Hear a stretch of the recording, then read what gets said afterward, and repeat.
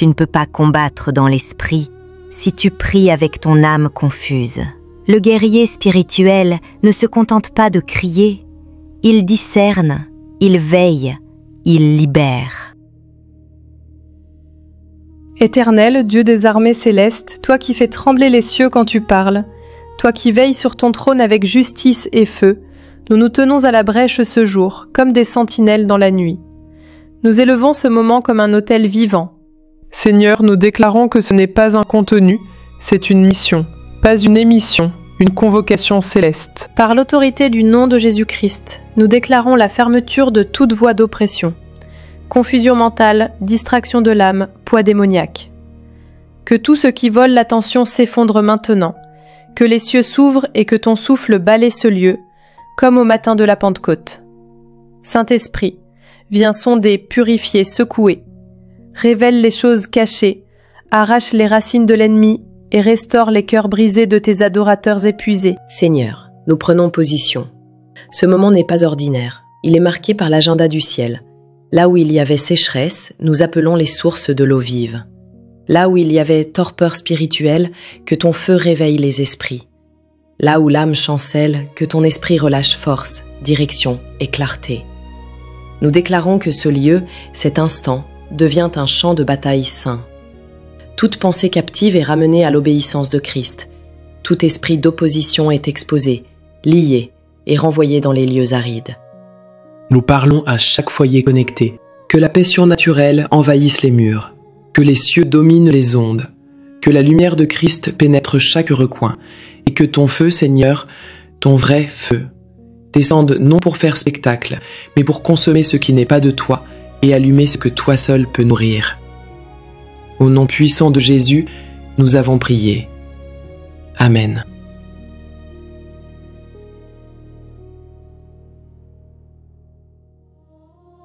Bonjour à toi qui nous écoutes. Je suis Séphora, passionnée de la parole et témoin de la puissance du Dieu vivant dans le combat spirituel. Mon cœur bat pour la vérité et pour la liberté des captifs. Et moi, c'est Alissa. Je suis une adoratrice, une intercesseuse en chemin, passionnée par les comment, les armes et les stratégies du royaume. Ensemble, nous allons plonger dans ce que signifie être un guerrier spirituel, mais plus encore un enfant de Dieu enraciné dans l'intimité avec lui. Tu ressens des choses, tu pries, et pourtant les combats s'intensifient. Ce n'est pas une coïncidence. Peut-être que tu es déjà sur un champ de bataille, mais sans avoir reçu les armes, sans comprendre contre quoi tu te bats, ni avec quoi tu devrais combattre. Je croyais juste prier, mais j'étais en guerre, et je ne le savais pas.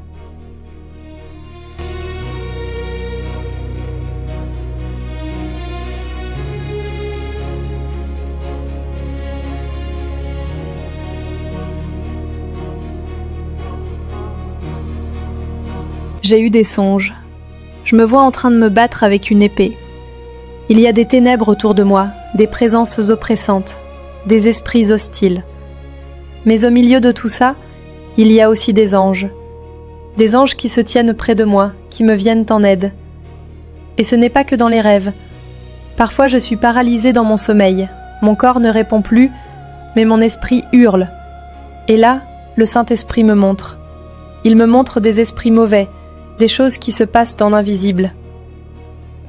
Avant mon baptême, c'était pire. Chaque fois que je mettais un pied à l'église, le lendemain, les combats recommençaient, et plus fort encore. Disputes dans ma famille, attaques au travail, problèmes dans le voisinage, et je sentais des odeurs lourdes, une oppression qui s'accroche à l'atmosphère, des lieux qui semblent contaminés. Et parfois, c'est une personne. Je m'approche, et d'un coup mon cœur s'emballe, sans raison.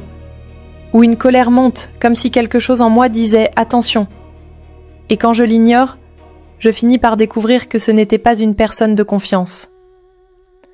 Tout ça arrive souvent après avoir prié pour quelqu'un. Et je finis épuisée. Je prie, je ressens, je suis en pleine lutte. Mais je ne sais pas toujours contre quoi je fais face. Et surtout, je n'ai pas toujours conscience des armes spirituelles que je devrais manier. Et c'est là où beaucoup s'épuisent. Ils combattent sans savoir quelles armes utiliser. Dieu n'appelle pas à réagir dans la panique, mais à prier avec précision. Il y a des moments où l'Esprit te conduira à proclamer avec autorité. D'autres fois, à garder le silence et te tenir dans l'adoration. Il y a des combats que tu dois livrer et d'autres que tu dois lui confier. Mais pour le discerner, il faut être connecté à la voix du Saint-Esprit et non dirigé par l'émotion ou la peur. Car sans cette clarté, tu risques de t'épuiser à frapper dans le vide, même avec de bonnes intentions.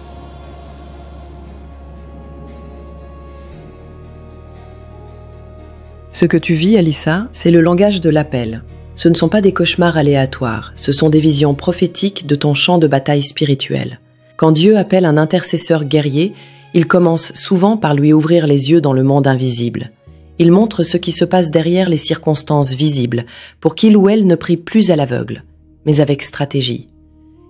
Il nous a délivrés de la puissance des ténèbres et nous a transportés dans le royaume de son Fils bien-aimé. Colossiens 1, le verset 13. Les combats que tu vis après la prière sont réels, car l'intercession, ce n'est pas juste des paroles, c'est un acte judiciaire dans le monde spirituel.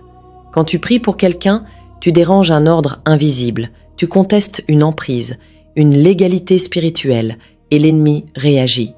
Mais si tu ne discernes pas le type de combat, tu te bats avec les armes de l'âme, les émotions, la fatigue, la peur, et ça t'épuise.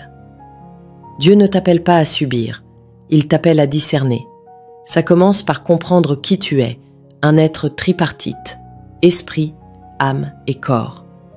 Que le Dieu de paix vous sanctifie lui-même tout entier et que tout votre être, l'esprit, l'âme et le corps, soient conservés irrépréhensibles lors de l'avènement de notre Seigneur Jésus-Christ. Première épître aux Thessaloniciens 5, 23. Et c'est ton esprit, racheté par Christ, connecté au Saint-Esprit, qui doit conduire le combat. Pas ta fatigue, pas ton intuition humaine, pas ta peur, mais l'Esprit de Dieu en toi. Écoute bien ceci. Ce que tu vis, Alissa, c'est aussi ce qu'on appelle la sensibilité spirituelle. C'est ce don particulier de ressentir ce qui se passe dans l'invisible, dans un lieu, dans une atmosphère ou à travers une personne, avant même de comprendre avec l'intelligence. Mais cette sensibilité peut devenir un poids si elle n'est pas dirigée par la parole et le Saint-Esprit. C'est une boussole, pas un fardeau. Et Dieu veut t'apprendre à maîtriser cette grâce dans la prière pour que tu ne sois plus épuisé par ce que tu ressens, mais équipé pour y répondre. Alors maintenant, écoutons ce que la parole dit de qui tu es et pourquoi Dieu forme des intercesseurs avant de les envoyer au combat.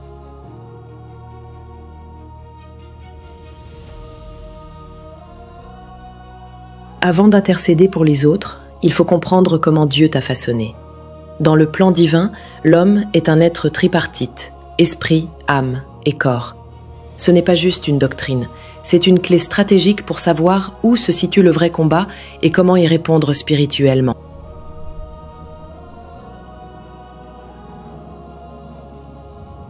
Le corps, c'est notre enveloppe physique. Elle ressent la douleur, la fatigue, le plaisir, les désirs. Mais elle est aussi vulnérable au péché, surtout quand elle n'est pas soumise à l'esprit. Galates 5,17. Car la chair a des désirs contraires à ceux de l'esprit.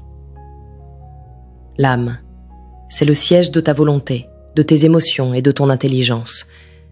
C'est là que se jouent les plus grands combats. Choix, doutes, blessures, traumatismes, attachements. L'intercesseur doit apprendre à apaiser son âme et à ne pas prier à partir de ses émotions, mais selon la vérité de la parole. Psaume 42,6. Pourquoi t'as battu, mon âme? Espère en Dieu. L'esprit, c'est la partie de toi qui est régénérée quand tu nais de nouveau. C'est le lieu de communion avec Dieu, de réception des songes, des révélations, de la direction du Saint-Esprit. Jean 4, 24. Dieu est esprit, et il faut que ceux qui l'adorent l'adorent en esprit et en vérité. Et c'est à partir de l'esprit que l'intercesseur doit prier. Pas à partir de la peur ni de l'âme blessée, mais de l'esprit, conduit par l'esprit. Et si je confonds ce qui vient de mon âme ou de mon esprit? C'est pour ça qu'on ne devient pas intercesseur en un jour. C'est un appel, mais aussi une formation. Tu dois apprendre à discerner d'où vient ce que tu ressens. Est-ce ton âme qui réagit? Est-ce que ton corps est fatigué? Ou est-ce l'esprit qui t'alerte? Et c'est en cultivant l'écoute de Dieu que tu deviens capable de séparer les voix. C'est là que commence la vraie guerre spirituelle, pas contre les démons en premier, mais contre la confusion intérieure.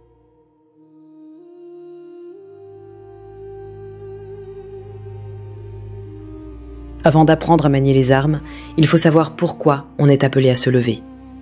Être intercesseur, ce n'est pas juste aimer prier, ce n'est pas juste avoir un fardeau pour quelqu'un.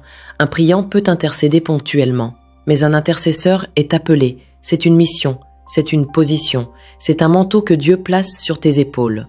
1 Timothée 2, le verset 1, « Je vous exhorte donc, avant toute chose, à faire des prières, des supplications, des requêtes, des actions de grâce pour tous les hommes. » Même si une personne n'a pas un ministère d'intercession, elle peut être poussée par le Saint-Esprit à prier ou intercéder pour une personne, une situation ou même un lieu à un moment précis. C'est ce qu'on appelle une intercession ponctuelle ou une prière d'intervention. Exemple. Quelqu'un ressent soudainement le besoin de prier pour un proche, sans raison apparente. Cette prière peut détourner un danger ou ouvrir une porte spirituelle. Dans ce cas, le priant devient un canal d'intercession momentané. C'est ce que j'ai vu avec ma mère. Un jour, sans raison apparente, elle a ressenti le besoin de prier fort, et de louer Dieu toute la matinée. Elle a obéi, sans comprendre pourquoi.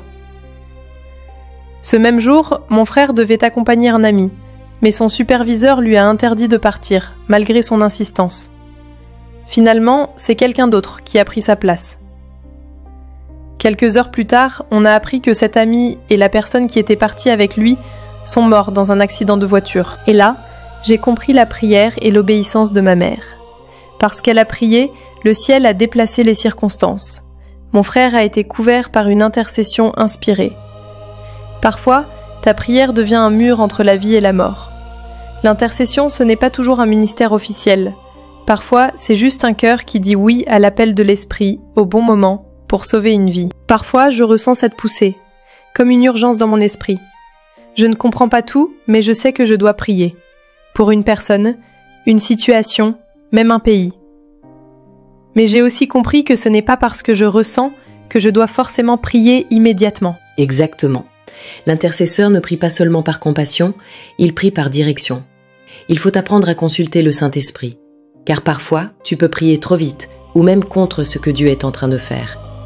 C'est pourquoi le discernement est aussi important que l'amour. Donc, je dois apprendre à poser la question avant d'agir. Seigneur, que veux-tu que je fasse ? Oui, c'est là que l'intercesseur devient un partenaire de Dieu, et pas juste un priant passionné.